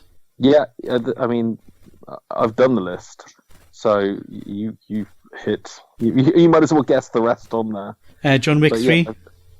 Yep. Those for me, that's 1, 2, 3, 4, 5. That's my top 5 of the year. There. I went to the cinema and seen lots of things that weren't that great. Oh, crap. The only other one that I would highlight, it's all the way back in February, but again, it was another nice human story, and that was Fighting with My Family. Which I really enjoyed, and I thought it was going to be rubbish. And is I there no really love liked it. for you went to see the second Jumanji and came out quite Yes, enthused about that? I did. I liked that, but it wouldn't make my top 5. But I did like it. Yeah, I really enjoyed the second one, but I couldn't put it in the top 10. I think Steve would put Hustlers in his top 10 of the year. I did enjoy Hustlers. I thought that was a fun movie, and I did enjoy Toy Story 4. Yep. Which surprised me because I thought after 3, don't do another one. But actually, I thought it was a really great movie. Dr. Sleep. I haven't seen Dr. Sleep, but it hasn't been getting particularly good reviews. Kaz gave it a good review. It's in his top 10. You're going against the critical tide there. Well, actually, Kamari didn't give it. She gave it 7. She enjoyed it, but I don't know. A 7 from Kamari is a pretty good. She's quite good, actually. Yeah, she's a harsh scorer. So yeah, I think I really enjoyed that. It's not been a great year in my. I was thinking hard about what I've seen at cinema this year, and thinking, you know what, the best film I saw at the cinema this year was Jaws, by a country mile. Yeah, actually, yeah. I went to screen that. Films released in 2019. It's not been I don't think it's been a great year. It's I'm really struggling to think of anything that I came out of the cinema and thought that was great. I've come out of the cinema a lot and thought that was rubbish, but it's not been a classic year, I don't think. And in fact, I'm glad we're not doing this discussion because it's not been a classic decade. In my opinion, it's been pretty weak. No, I can see that. I guess I also think that it's been a long time getting to Endgame. So it's also in a strange way been a momentous year. We've had a 22 film series end after a decade. So you talk about the decade, you could talk about Marvel, and you could talk about Endgame being the end of that. We got Joker, which I think is a pretty big turnaround. Yeah, I don't know. The state of DC, and we got new Tarantino, which is actually quite unusual. Yeah, no, Once Upon a Time in Hollywood was great, but that was like the one original film I saw this year. And we got new Scorsese with all of the crew back. And I get your problems with that, but we're never going to see it again, and it was highly unlikely to happen in the first place. So it's been an odd year, but there have been the leaps in technology and being able to reanimate dead actors now. Yeah, you might see another one from Scorsese. What, even after he's dead? Yeah. Yeah, I don't think I agree with you completely, Steve. I know where you're coming from, but like Kaz says, there's 3 films on there that I do think were different enough and interesting enough this year that actually I enjoyed them more than I couldn't tell you what I saw last year at the cinema, 2018, because there was 9 that really stood out. Whereas I could pick, Joker, Le Mans, and Once Upon a Time in Hollywood this year as being pretty standout films. I know you're not with us on the Joker one, but in terms of filmmaking, I think those 3 are different enough from everything else that went by. Is there anything that you saw this year that we haven't mentioned, Steve, that you really liked? No, nothing. No. Kaz? I'd shout out for If Beale Street Could Talk as well. And I'd also say that in the list of things that people weren't expecting from a year, getting another Toy Story movie, which we already mentioned, was pretty big. And any year with John Wick is going to be good for me. Yeah, no, we're going to come back onto John Wick for the discs anyway. Because, Mark, anything you like to add film-wise? No. Right. and I think we've had everything from Ed, so let's move on anyway to... Just very quickly, because I don't want to make a thing of it, but it was a great year for music, but I mentioned it many, many times in the podcast. My album of the year, simply because I'm still listening to it and still thinking this is awesome, even if it's weird, is Sturgill Simpson's Sound and Fury. Really? Okay. There you go. There you go. Is that the thing that was the Netflix thing? I did end up watching that. Yeah, we all did. I have no idea what I was watching. I enjoyed it, though. Absolutely, but the album on its own, even without the psychedelic, the videos, it's just something wildly different. I mean, as I say, it's really weird, and I completely agree that 2019 is, and actually the decade has not been vintage for films, but we're in an incredible time for music because the gate of entry, in terms of the cost of getting great albums out to the public, is incredibly low. It can be done from bedroom to website, and from there. The pipeline has never been easier to get exactly. It's been absolutely phenomenal. As a music lover, it's been a great decade, and I have and I have high hopes that it's going to continue. But album of the year was that, so there you go. Okay, apologies. I meant to put in your album playlist and thing, and playlist of the year. I have no idea. Album of the year is the only thing I can remember. So all right, okay. That's fine. All right, best 4K discs of 2019. I'll quickly go. No idea. Literally none. Right. In terms of restorations, let's do restorations first. So my picks there would be Wizard of Oz, obviously. It's been a long time coming, but it was absolutely tremendous. Absolutely tremendous. It was everything I hoped it was going to be. The same with The Shining. That is an absolutely outstanding disc in terms of restoration work that they've done on that. It looks like it was filmed yesterday. It is really, really good. And my last one in this category would be the Final Cut Apocalypse Now, which I saw at the cinema on the big screen and which I now have on 4K disc. And it's a cracking set as well. Really, really good set. So for me, those would be restoration-wise. Steve, restoration-wise? I'd throw in Angel Heart, which... I haven't seen since I think it came out, and really surprised me how good that looked, and how much I enjoyed the film again. Actually, I haven't seen it again after a long time. I'm trying to think of any other restorations that. Alien. Oh yeah, Alien, fantastic. Yeah, Alien was absolutely awesome. That's a great one. And Don't Look Now. I think a lot of people will struggle with the amount of grain in Don't Look Now because it's a fairly grainy film at the best of times. But yeah, to see that get a restoration, I just hope now that they give us a 4K release of The Man Who Fell to Earth to go with it. Okay, Kaz. And Casino, would that count as a restoration? Yeah, I'd throw Casino in there. Yeah, definitely a restoration. Yeah, I'd say Angel Heart was one of my most surprising because I didn't expect it to come out on the format for years, let alone get 4K treatment with Dolby Vision. I thought that was they did a fantastic job there, and I love the film. Right, so that's restoration-wise. Right, so let's move on to big bangs, whistles, special effects, incredible Atmos soundtracks. You know, the big AV discs. So, John Wick 3, Kaz. Yes, I'd say that's got to be towards the top of anyone's list. Best Atmos mix ever so far. I'd also put Spider-Man Into the Spider-Verse pretty high up.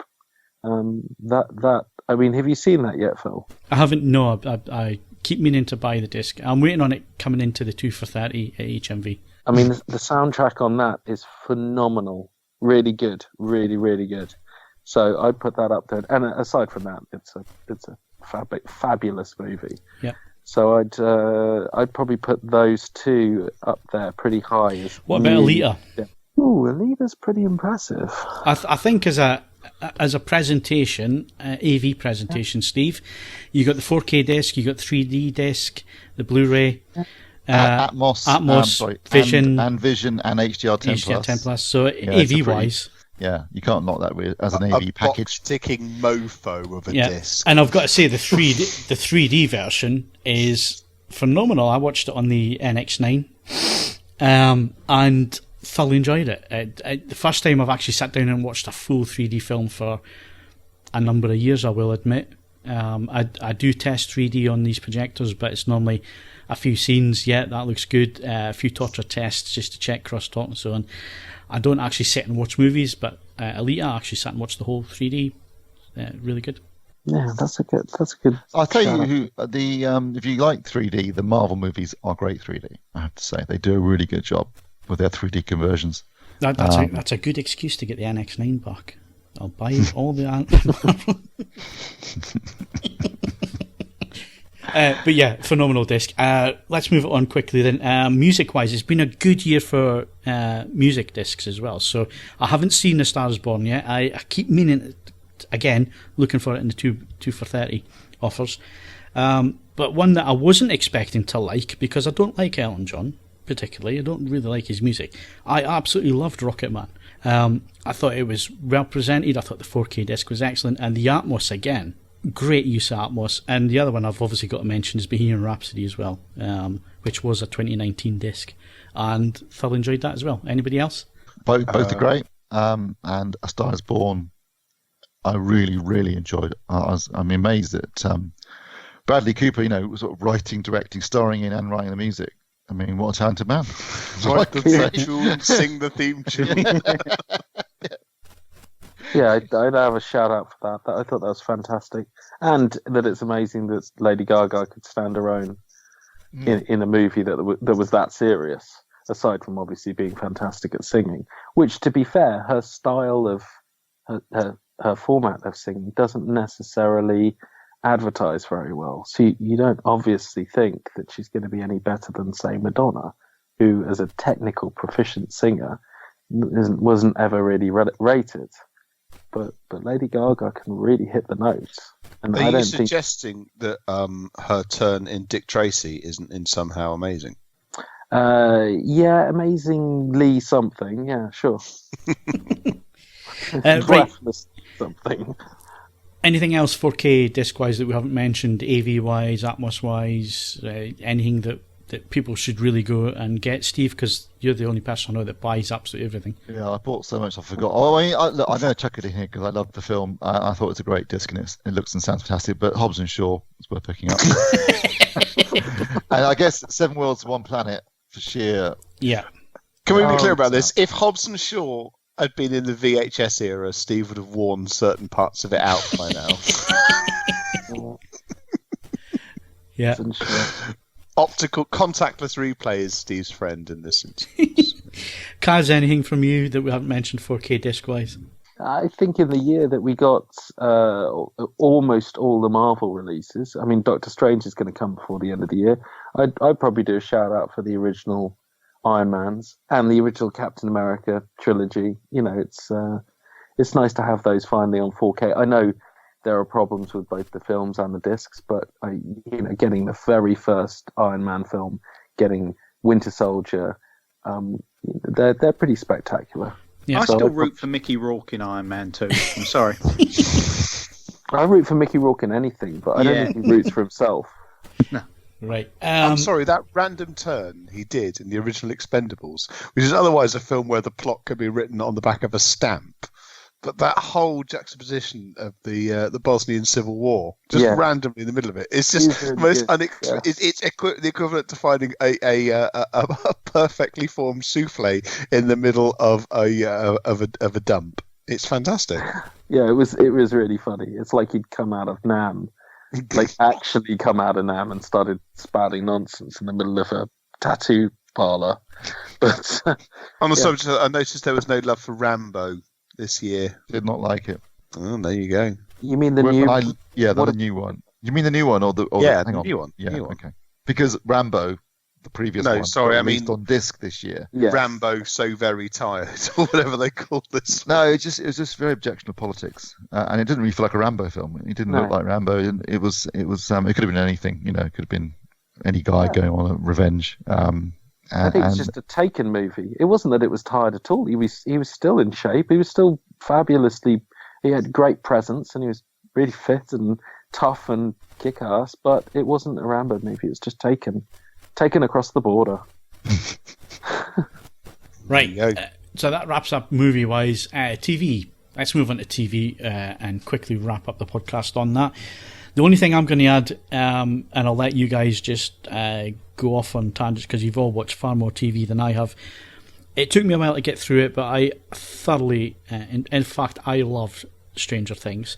The fact that you're on the journey with these characters, I didn't want Chapter 3 to end at all. I just did not want it to finish. I was thoroughly enjoying it.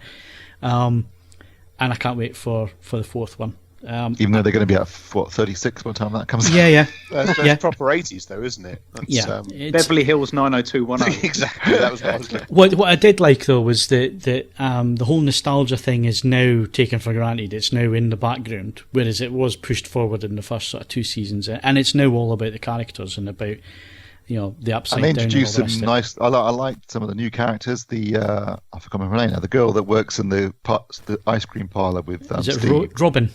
Robin. She was great. Yeah. Breaks poor Steve's heart. He doesn't get from being the cool guy in the first season. He's fallen a long way. He has, hasn't he? He has. He's hit rock bottom. But the Still thing got is, big hair, still got good hair though. yeah. But the thing is, he can only go up from here. So, but yeah, I didn't want it to end. I thoroughly enjoyed it. I like all the characters. I think they're doing a fantastic job with it, and I hope that number 4 is just as good as the first 3. The only other thing I was going to mention is we were all dreading the new Top Gear. It actually turned out to be all right. Yes, actually. I'm looking forward to more of it. I mean, obviously, if they in the meantime they've taught the other 2 how to drive, and I respect the fact that Freddie Flintoff is willing to drive extremely fast, but if they can actually do that with some degree of finesse where there's less danger of him dying, yeah, good. No, but camaraderie, there was chemistry again. Yeah. That was. Yeah. I completely agree with Phil on that. Whereas on Friday I watched The Seaman, and it was terrible. It was absolutely terrible. Other than the fact that if they just let Clarkson do a documentary on the history of the Of Nam and the boat. of the boat, that could have probably worked out quite nicely. Although it would have been an expensive and odd way of doing it, but nevertheless, yes, no, that was a bit of a mess. Although I was pretty inebriated when I watched that as well. So Probably best. And the last thing I'm going to mention is that in terms of TV viewing, the majority of my viewing now is on YouTube. And blimey. And that's something I've really noticed this year, that I have been watching a lot more on YouTube than actually How on are TV. those nail tutorials coming on, Phil? Lovely. I mean, I can put my face on in 5 minutes now. Excellent. I've got it up. But no, there's lots of stuff on there that's now making it more interesting than normal TV. Stuff like the NFL. I do watch the BBC like Mark does, but also Monday morning, even late on a Sunday night, you're getting all the game highlights coming up straight away, and you're getting a good 12 to 15 minutes of game highlights, which I find that really useful. So, I'm watching a lot of that, and I'm watching a lot of car stuff. The best car stuff at the minute is on YouTube. It's not on TV. So yeah, I've noticed I'm watching a lot of YouTube these days. So anyway, that's what I wanted to say in terms of TV shows. Let's go to Mark. The Boys on Amazon. Yeah, really happy with that. Garth Ennis, you can see his writing there. You can see, it just incredibly dark, kind of take on the superhero genre where they're killing superheroes. And I just like something that doesn't have kind of any limits, something that can go in any direction. You can imagine they could kill off a main character and it's not going to stop anything in its tracks. It's just, nothing is verboten in that. At one point he uses a baby's laser vision as a weapon. It's little odd moments like Tried that. to kill someone who's got impervious skin by shoving a drill up their arsehole. Yeah, exactly. That's the thing. It's very base, but it's fantastic. Love, Death and Robots on Netflix. Was that this year? Yeah. Yeah. Okay, Yeah. fine. No, I enjoyed that. Yeah. That was good. Yeah. But I very much like the idea of just having these individual little kind of snapshots from different voices.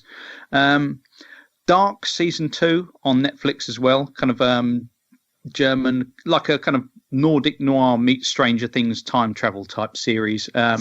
Very good. Obviously. It's genuine, but it's unique. But yeah, if you're in any way interested in those kind of themes, it's very good, very atmospheric, and it's kind of built up quite a kind of big following. And along those lines of kind of foreign language stuff, Kingdom on Netflix, which I didn't realize there is a US show called Kingdom. Yeah, Stephen King's Kingdom, isn't it? Yeah, because I searched for this thing's Kingdom Hospital, wasn't it originally called that? The thing is zombies. Yeah, this one's feudal Korea and a zombie plague, and then so I had a little look on Google, and it came up telling me that one of the Jonas Brothers was in it, and I'm thinking that's not right.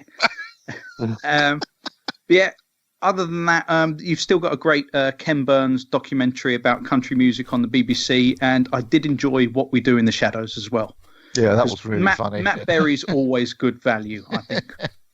So that's my TV for the year. Okay, Ed? Chernobyl. Hands down the best TV event of the year. Just maybe the decade. Unbelievably good. I mean, things that compel me to actually sit down and watch serialized television are rare in this day and age, and that was just unbelievably good. And the attention to detail, I mean, yes, obviously there's dramatic license and so on and so forth, but the attention to detail and the way it was done and the care and attention taken in just so many things, I adored it. It's stand out the best thing I watched this year. Well, my Sky gets installed on Tuesday, so I intend to finally sit down and watch that in the run up to Christmas to cheer myself up. Oh yeah, well, it's so festive, you wouldn't believe it. Yeah. But nevertheless, it's just extraordinarily good. And then moving on past that, again, it rams home the fact I just don't watch very much. I've enjoyed 2 separate series of Taskmaster this year. I really hope, if it is Channel 4 that has now got that they respect the essence of what that program is about, and you don't throw money at the problem, you don't bring people back, you don't change the format, you allow it to be a vehicle for comedians to be genuinely funny. And then obviously we are heading as we record this. Tomorrow is the kicks off finals week for MasterChef The Professionals, and it's niche, but it's always a beautifully done program. And I WhatsApped Steve because we communicate outside of the podcast every now and again. I cannot think of a final 4 in recent years where I don't care who of them wins, they've done the legwork, they're all brilliant, and none of them are objectionable arseholes, which is even rarer. Are you all in a WhatsApp group? Not in a WhatsApp group. Steve and I WhatsApp. It's called Mark's Not Invited. Funnily enough, I'm not in any of these groups either, Mark. No, I've tried WhatsApping you in the past. I don't think it takes 4.5 days to come back. Need more than 2 people to be in a WhatsApp group, do you? Well, that's just a conversation. The only reason I use WhatsApp is because it's got a web app, so I can use my keyboard to type at people, and it's faster. Yeah. I mean, that's the ultimate old person excuse, I know. But nevertheless, what MasterChef The Professional, it's been brilliant. I'm looking forward to what insane 3-star restaurant they go to this year, because that's always one of the, in terms of, it's one of the things, if there was something I could beg the BBC to just do in 4K, that episode each season where they visit a restaurant which is just on another level would be absolutely magnificent. But I don't care who wins this year, because the final 4 people they've selected are exactly the right final 4 people. Okay. That's it from me. Okay, good stuff. Who are we missing? Steve? I have thoroughly enjoyed Mindhunter Season 2. I thought that was good, although I like it. They spent a bit more time on the murders and less time on the personal bits of their lives. Expanse, Kaz has already mentioned it, but that's a brilliant series. If you haven't seen it, watch it. It's top drawer, hard science fiction. You just don't get that these days, and the production values are excellent as well. and I think the cast and everything about it is really good. My personal favourite for the year, I'm biased, but personally I absolutely love For All Mankind. I'm really, really enjoying that on Apple, of all things, Apple TV Plus. The idea of what would happen if the space race didn't end. They've done some really interesting things with the storylines, things that you wouldn't expect, and the production values again are top notch. The money they've spent some serious money on it. What's my biggest surprise is in the year of the final season of Game of Thrones, it doesn't get a mention. It was a bit of a mess. It was awful. Yeah, it's definitely not. Yeah. Top Well, 10 the biggest disappointment of the year is easy to pick in Game of Thrones, but in terms of TV, I love Mindhunter and I loved For All Mankind. Oh, honourable mention for Netflix's Hyperdrive as the world's easiest program to watch when really drunk. It's just got bright lights. Is that a new category for us? Is it easiest TV to watch when absolutely paralytically drunk? Well, not with you two or three or whatever, but nevertheless, there may be people listening here who also, Drink have loads. their moments. I essentially it was moronic television, but my God, it was entertaining. So well done, Netflix. All right. You have to watch out though if you're watching stuff drunk. If you've got when it turns on to just rolling on to something else that you haven't chosen, because I haven't lost my TV motor functions that catastrophically, Mark. No, okay, but for some reason, iPlayers decided that I want to watch what is it, Bargain Hunt. And I've got no idea what, and you can't get rid of it once it's on your watch, and it's still there. Here's your next episode, and I think, right? So I go to the episode, and I think, right, well, if I just fast forward it to the end, maybe it'll accept that I don't want to watch this. But then it just keeps on coming up, and I'm thinking, I'm not going to get to the end of all the bargain hunts, am I? No. Go into settings, and there's a thing. On the app. That's the thing. No, you can go in, or just go on your web browser and just go to the BBC website, sign in. It's the same sign in, and just go and delete them all. You're assuming that I remember my sign in. I love it. No one said this was foolproof. Yeah, I love it how you think that going into clicking on it and skipping to the end will make the player think that you don't want to watch more. It's going to make the player think you want to watch the next. He loves that. And if you keep doing every episode, I think I can see why the player is ongoing. I have been sitting watching stuff on iPlayer and I've fallen asleep and I've woken up and it's a completely different program that's on and I'll be like, what year is this? Yeah, basically. Yeah. To be fair, I don't have that with TV programs. I don't fall asleep in front of the TV. Rune, the music software, that has enough. That once it's finished the album you were listening to, that tends to set off in worlds of its own. You end up it's like wake up and it's Peruvian folk music, and that's a bit odd. But the iPlayer I have a handle on. Go me. Right. So finally, the guy with the rectangle eyes, Kaz TV. Yes. So I'd add to the ones you mentioned. I would stick Mandalorian in there because Star Wars fans are so hard to please, and I think that they've done really well with it.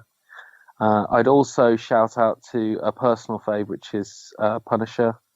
That finished this year. I think that was the last season this year, and I thought that was a fantastic version of the Punisher. Ricky Gervais's Afterlife.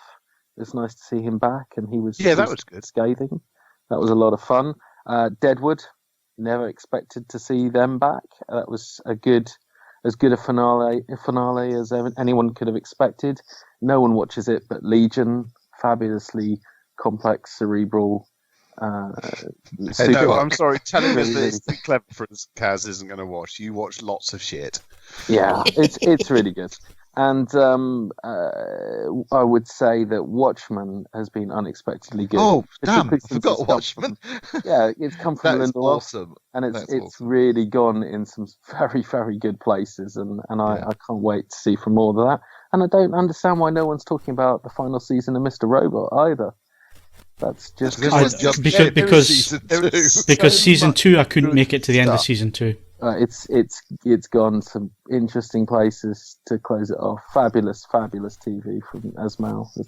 So is it worth me starting season 2 again? Is it? It's worth you starting from the beginning again, but it's worth you watching. Really, Phil. But you have to invest time in it. It's not one of those I gave up halfway through season 2 and never went back to it. I've hit the point now where I will happily use kind of skip forward. Particular scenes as Steve mentioned earlier, things where you get a series where it's got a really interesting plot line and then it goes, now let's go back to their family, and you go, I don't really care about that. Get to the bit in space again. So you're the one person that Netflix are developing this ×2 speed for. Yeah, I read all that stuff about the, what was it, Aaron Paul? You wouldn't do, people's art and all that kind of thing. And I'm just thinking, I'm the person who watched Breaking Bad and skipped every scene with Skylar in it. No, that's fair enough. I mean, to be fair, this is the future of television viewing, and I guess I'm on board with it. Yeah, I showed the kids Last Jedi, and I got it down to just under 90 minutes, and it was really good. I took out all of the stuff on the planet, the riding around. The next wave for this is really good. Buying the 4K disc, and your player remembers your director's cut. Oh yeah, that sounds good. So if you are developing 4K, you're supposed to be a film fan, Kaz. I know, but have you seen Last Jedi? Yes, I have actually. There is some brilliant Kramit stuff at the minute on Screen Junkies, and they also do a honest teaser trailer for Star Wars as well. So if you catch that this week, it is actually really quite funny. So anyway, I think we've run out everything. Have you covered everything you wanted to cover, Kaz, in terms of TV? Yeah, I have. Yes. Right. Yes. Well, it's another bumper edition, but we're not back till January, so you'll forgive us on that one. And I just want to say thank you very much to everybody that listens to the podcast and giving us your feedback and comments. It really does make it all worthwhile. I mean, basically, it's just four mates sitting talking for a couple of hours and reminiscing what we did in the past. Used to be an hour. It used to be an hour. It's getting on a bit longer these days, but the feedback has been that you guys enjoy it, and it makes all the difference reading your comments on the forums and on YouTube and so on. So thank you very much for listening, and we want to wish everybody a Merry Christmas and a Happy New Year. I hope Santa's good to you. Hope you don't get too drunk over the New Year, and don't forget we're back again for CES on the 13th of January. If we make it on the 13th of January, it'll be on the 13th of January. Might be the day after. But yeah, I think I speak for everybody here in saying thank you very much for listening, and have a great Christmas and New Year. So, my thanks to Ed Selley. Why the hell are you dressed as a chicken? Steve Withers. I hope you're drinking milk. Kaz Harlow. Maybe you should ask Santa for a new family. And Mark Botwright. Including all major crevices. Don't forget, you can follow us on Twitter and Facebook. Bookmark AVForums.com for latest reviews, news and videos. Plus, why not leave us a 5-star rating on iTunes, but only if you enjoyed the show. Also, head over and check out our YouTube channel for videos of the latest product launches and reviews, and there's plenty of reviews going up at the minute. And while you're there, feel free to subscribe. I'm Phil Hinton. Thank you very much for listening, and we'll see you for our CES special on the 13th of January. Have a Merry Christmas and a Happy New Year.